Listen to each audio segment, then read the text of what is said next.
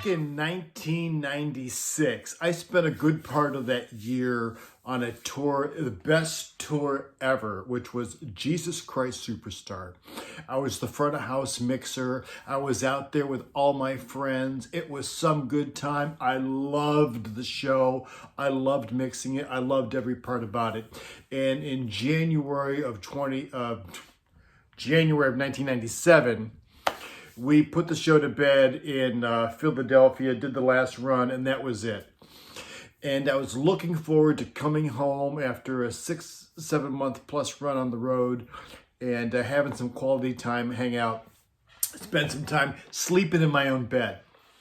Because, I've been sending my money home every week, and when you do that, you can't wait to get home and have some time to chill out. Plus, on top of that, in January, my business, doing events, concerts, and tours, there's not a whole lot of options. So having some money sitting aside so I can go home would be awesome. So I go home, and my ex-wife informs me that we have $70 in the bank account.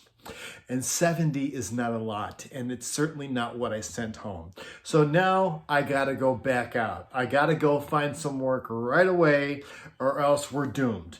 And the only thing I find is a tour that is going out the tour is such a debacle and a disaster that it needs a second sound and lighting rig, because they're incapable of loading this show out within a reasonable amount of time. So we need another audio system and lighting package to leapfrog the other one to get to the next city, because there is some kind of major problem loading this show out every night. So one of the caveats is that what I'm going to do is I'm going to drive the semi from Cleveland, Ohio to Albuquerque, New Mexico. But I've got to first make a stop off in Chicago, which, if you know anything about geography, is not on the way. And then I got to go to a lighting company on a Sunday and pick up some gear that they have to put on the back end of my truck. So I leave 10 feet of room on the back end of the truck. I've got a full arena sound system in my truck, and I'm ready to go. So early crack of dawn Sunday morning, I split out of Cleveland, Ohio. So I am in Chicago by 9 o'clock in the morning. So it's a 5-hour drive from Cleveland to Chicago.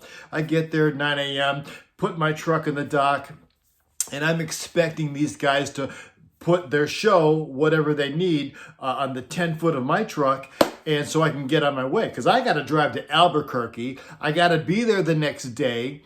And it's Super Bowl Sunday of 1997, and there's a snowstorm that's going to hit in the later afternoon, and I want nothing to do with that, right? So it turns out that the lighting company is 100% unprepared to put a goddamn thing on my truck. And the first thing that goes on my truck was at 4 o'clock in the afternoon. I sat in that parking lot all day while these morons dicked around trying to figure out what it is they're going to put on my truck. Well, because they were stupid, they put the heaviest thing they had on my truck. They put the light stuff in their trucks, and on their straight trucks, and on the way to Albuquerque, well, they got pulled over by the DOT at a way station, and had to get another truck in the middle of the night. Some big fiasco that I wasn't involved in. I was too busy driving through a snowstorm out of Chicago and trying to get my ass to Albuquerque, New Mexico. So because they ruined and stole a day of my life from me, what happened is that now I had to go straight to the gig in Albuquerque, which is horrible. And you show up at this place, and they had a rodeo the night before, so the dust was just like still thick in the air, like just walking through it. It was really horrible. So we do that show, that first show, and just everything sucked about it. And the lighting company was not making me very happy. So the very next day, the morning, I get a call from the owner of the lighting company. He says they need to meet me at a way station, and they're going to take some stuff off the back of my truck onto their straight truck, and we're going to work the load out so everyone's got enough weight and everyone's got it balanced. Well, we spend the next 6 fucking hours at this truck stop in the middle of Albuquerque going on the scales, off the scales, take some stuff on my truck, put some stuff on my truck, put some stuff on their truck, back on my truck, back and forth, and who was with, and who was with that. It just wasted my time. And I had to drive from Albuquerque to Concord, California. So it was not like, just a short jump and a run, right? So the owner of the lighting company, he pulls out some money, and he's holding a wad of cash, and he peels off a 20 to give me from my troubles. Isn't that nice? You wasted not one day of my time, but 2 days, and you're willing to deep down in your pockets and give me a $20 bill. Well, let me tell you what happened. He held his hand out, and I went, snatch, and I took that wad of cash out of his hand, stuffed it in my pocket, and said, that's not even enough for the time you've wasted of mine. So I got in the truck, drove to California, and did the next gig. Well, by the time we got to Sacramento, we had a problem.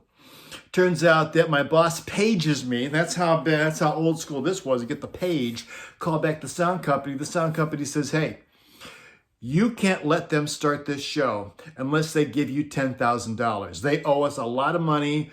I don't want you to do one more show. If you don't get $10,000 from them, you have to load the show out. All right, I follow instructions, right? So I go into the production office, and I said to the big kahuna in there exactly what that is. I need $10,000. I'm loading the show out. He said, fuck you. I said, okay. And I left the production office, and I went and I got the stagehands, and I start lowering the PA, the sound system, out of the sky and getting ready to load it back in the truck. And the production manager comes out like, what the fuck? And he brings all his goons. I mean, the part I left out is he had a bunch of guys pulling their guns out surrounding me. I mean, he was above and beyond unprofessional, and it was really shitty, and it's the way those assholes did it. Right? So now all of a sudden he's got 10 G's. So now I got to go through this process and get the runner, take me some bank and forward the money to them. It's just another big waste of my day. Like I got plenty of time for that, because when I asked my boss in the first place, since I'm driving the semi and doing the show, loading it in, loading out, when should I find time to be sleeping? He says, well, you should be finding time during the day somewhere. I was like, I don't really know when that magical time may or may not be. So that being said, I survived that, and they took my laminated pass away from me. They had your name on it, and they gave me a new one, and it said motherfucker. Well, that's awful nice of you. So I took that pass, I threw it in the garbage. For the rest of the tour, I got a sticky every day, right? So the tour is just above and beyond horrible, and we're in Boise, Idaho. And almost there, and one of the guys, Bobby Brown, didn't show up for his show that night. And then right when the show's about to over, a limo comes through the back, crashes into the back of the stage. Out comes Bobby Brown, and Whitney falls out the other side. She's all trashed, he's all trashed, and now he wants to do this set. And now it goes another hour and a half, 2 hours into that. The loadout was such a disaster for this show that I would take apart the mixing consoles. I had 4 of them at the front of house, and it was just so horrible. I would go out to my truck and I would sleep for 3 hours and then come back in the arena and then start the rest of the loadout. These people were above and beyond incompetent. We had New Edition, Blackstreet, Keith Sweat, and what I call 3 chicks and a dat, whoever those girls were. And each group had to have their own Marley. Each group had to have their own thing. And the set of the show was a big 2-story house that nobody knew how to assemble properly. And it was a big monstrosity, a tremendous waste of time. And on top of that, we get down to that show, and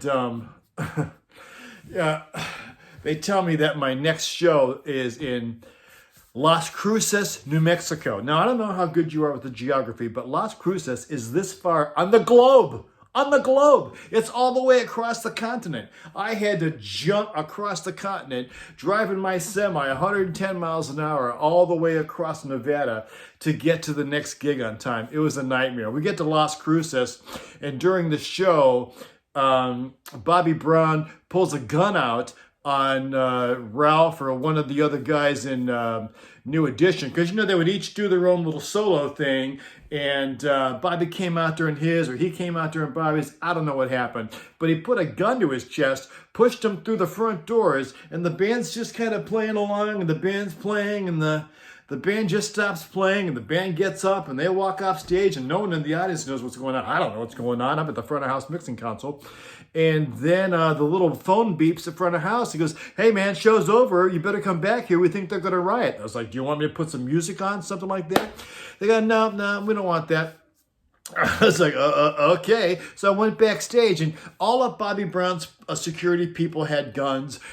All these other people had guns. We had 2 buses of security people who were just people that just got out of prison for the most part, and that carried firearms. I mean, it was not like, this was super professional security teams or anything. So everyone had guns on. I said, I'm better off in the crowd. The crowd destroyed the place. I hid underneath the XL4 mixing console because that was the sturdiest thing in the building, I thought.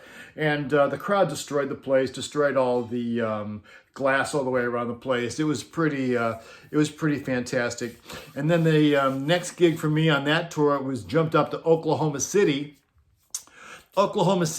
I got there, and the stage was 1 foot tall. Now, the production staff was unable to get to the next city on time because they were too busy in the parking lot partying with girls all night and doing God knows whatever and trying to get the show on. So they always showed up at 3, 4 o'clock in the afternoon. And I hung the audio system like I do every day, with math. It's X amount of distance from here, X amount of distance from there, pointing the speaker systems this way. It's all a mathematical equation. So the stage being 1 foot high doesn't concern me. I put the same sound system in.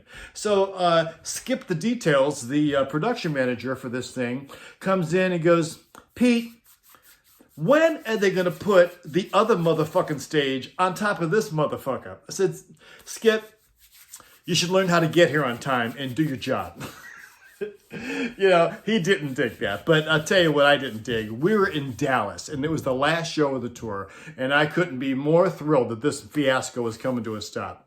Right? I sent the runner out to get me $50 worth of crickets, because if there's one thing that I wanted to give that lighting company, a little gift, was some crickets in their work box. So $50 worth of crickets is a lot of crickets, and I filled all of their road cases. So when they got back to the shop, opened those things up, they'd have crickets forever. Kind of very juvenile, but yeah, I can be juvenile. So me and my buddy Bob Cowan, who was hanging the PA with me on this run, but Bob didn't drive the semi, I drove the semi. We leave Dallas, and it was a beautiful sunny day, and we're heading up to drive to Chicago to dump this crappy lighting off my semi.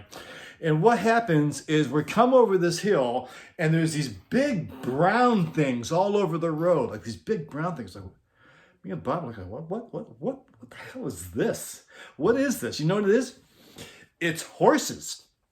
And over the horizon that I can't see is a tornado, an F4 that just hit a horse farm and was flinging horses everywhere. Flinging horses. There's refrigerators in the trees. I mean, it looked like we drove by this forest, and from the far as you could see on the right, far as you could see the left, it looked like someone took a lawnmower and just and went through the forest. Like everything was gone and missing. It was a tremendous disaster. Like 30 tornadoes touched down that day. We were the last truck that they let through Little Rock. Bob and I saw a tornado hit a propane factory. Just this tornado swirling with all the fire. It was epic, unbelievable.